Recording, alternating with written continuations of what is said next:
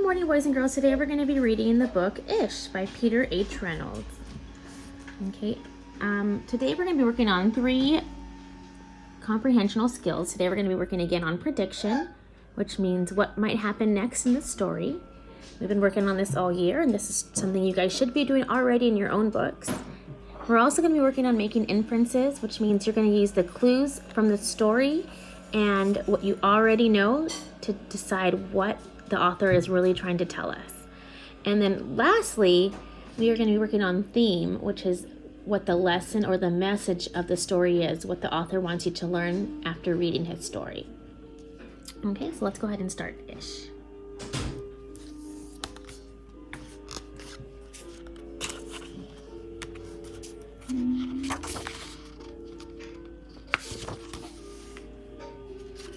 Again, this is by Peter H. Reynolds, and he reads a lot of our books that we read in class. Ramon loved to draw. Anytime, anything, and anywhere. There he is drawing. Where is he? On the toilet? One day, Ramon was drawing a vase of flowers. His brother Leon leaned over his shoulder. Leon burst out laughing. "What is that?" he asked. Let's make an inference right here. How do you think the character is feeling based on the text? It says, he's saying, "What is that?" he asked. And the clues in the book. Look at his brother laughing. He's pointing at the picture that Ramon just drew. How do we think the character Ramon is feeling? Look at his face. He doesn't seem to be laughing at all. I'm thinking from what I know, if someone's laughing at me at something I've done, I know that I usually don't feel very happy about that. And I'm thinking that maybe Ramon, maybe he's feeling a little sad because his brother's laughing at something he drew. That's going to be my inference. Ramon could not even answer. He just crumpled up the drawing and threw it across the room. Oh, now I'm looking at his face and he looks a little angry, a little mad. Wow. Have you ever felt like the character before? Can you make a connection to the character? I know exactly how Ramon feels because one time another student made fun of the artwork that I made when I was teaching. And I felt a little sad. I didn't feel angry like Ramon does right here, but I did feel sad because someone was making fun of the work I tried really hard to do.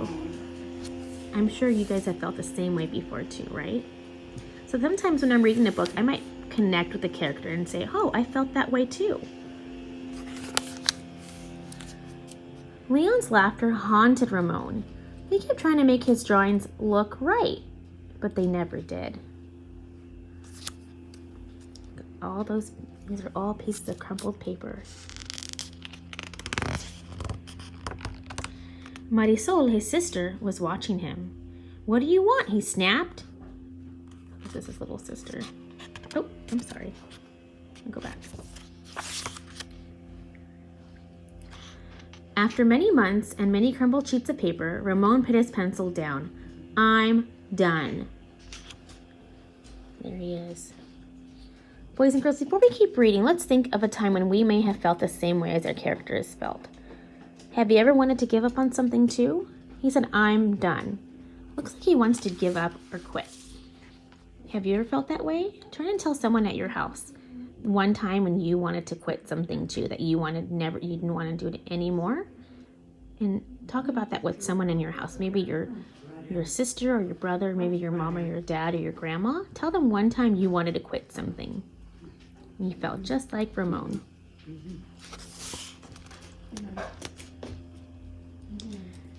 Marisol, his sister, was watching him. "What do you want?" he snapped. "I was watching you draw," she said. Ramon sneered. "I'm not drawing. Go away." Marisol ran away, but not before picking up a crumpled sheet of paper. "Hey, come back here with that." Ramon raced after Marisol, up the hall and into her room. let's stop right here, boys and girls, and let's work on making a prediction. What do you think might happen next? I wonder what she's doing with this paper. Is she gonna throw it in the trash for him, maybe? What do you think? Try and tell someone at your house what you think will happen next.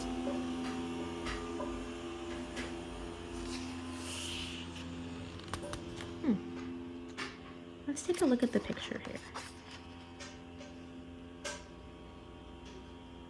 Whoa, I see a lot of pictures in her room. I'm wondering, what are you wondering?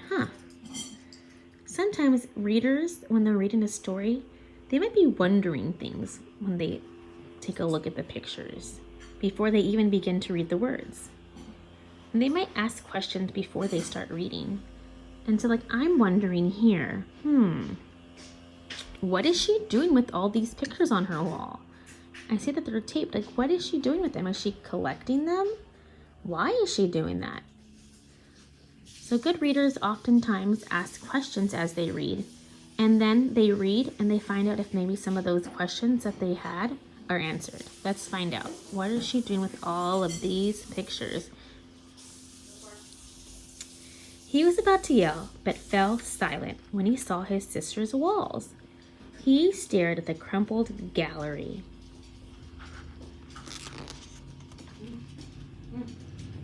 There she is. This is one of my favorites, Marisol said, pointing.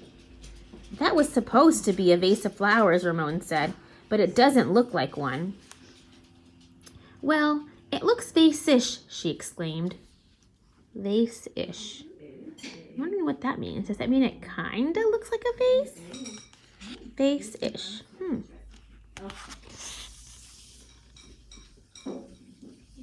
Vase-ish, Ramon looked closer. Then he studied all the drawings on Marisol's wall and began to see them in a whole new way. They do look ish, he said. How do you think the character is feeling now, boys and girls?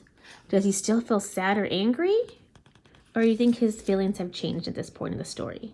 Turn and tell someone at your house, how do you think the character is feeling now?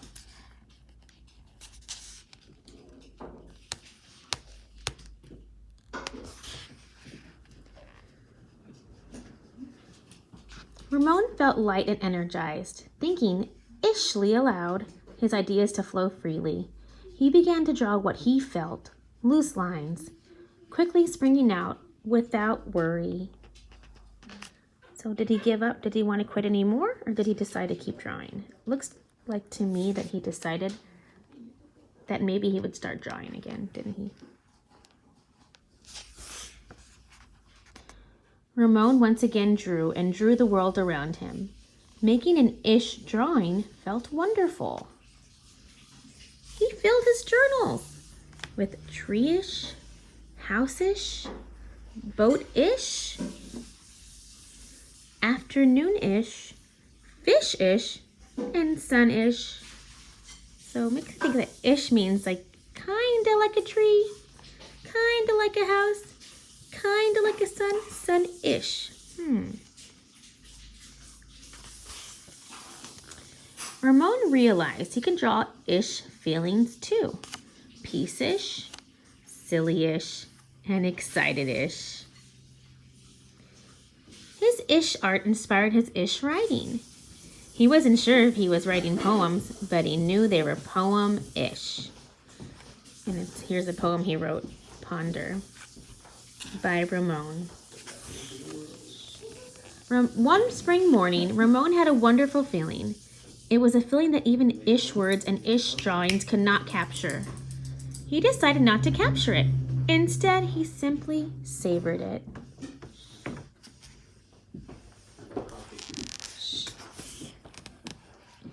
And Ramon lived ishfully ever after.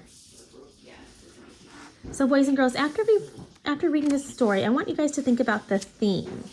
What lesson did the author of this book want us to learn? Think about it. I'll give you a few seconds to think, and then I want you to use this sentence frame. I think the lesson of the story was. What did we learn from this story? Let's go back and think. In the beginning, Ramon was drawing anything and everywhere, right? But then his brother made fun of him and he wanted to give up.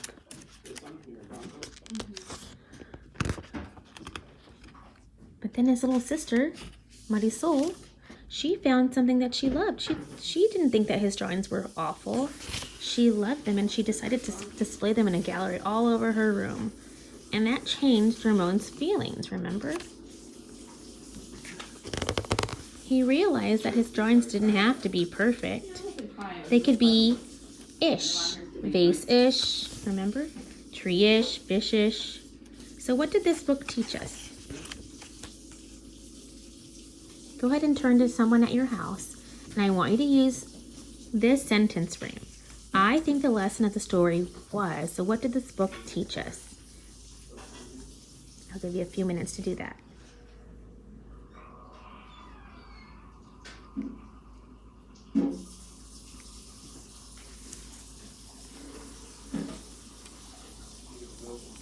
Great.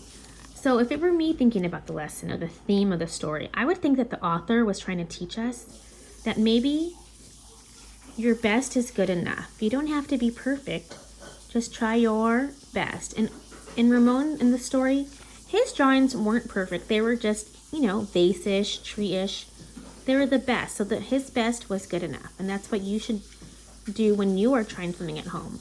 The lessons of this story can be used in your own life. So if you're doing something and it's not perfect, that's okay. Just try your best. Okay, I hope you enjoyed this story, and I hope we can read again tomorrow. Tomorrow we have a reading at 9 a.m. Friday, and we're going to be reading this book. It's called Can I Be Your Dog? Don't miss out. All right, have a great day, boys and girls. Bye-bye.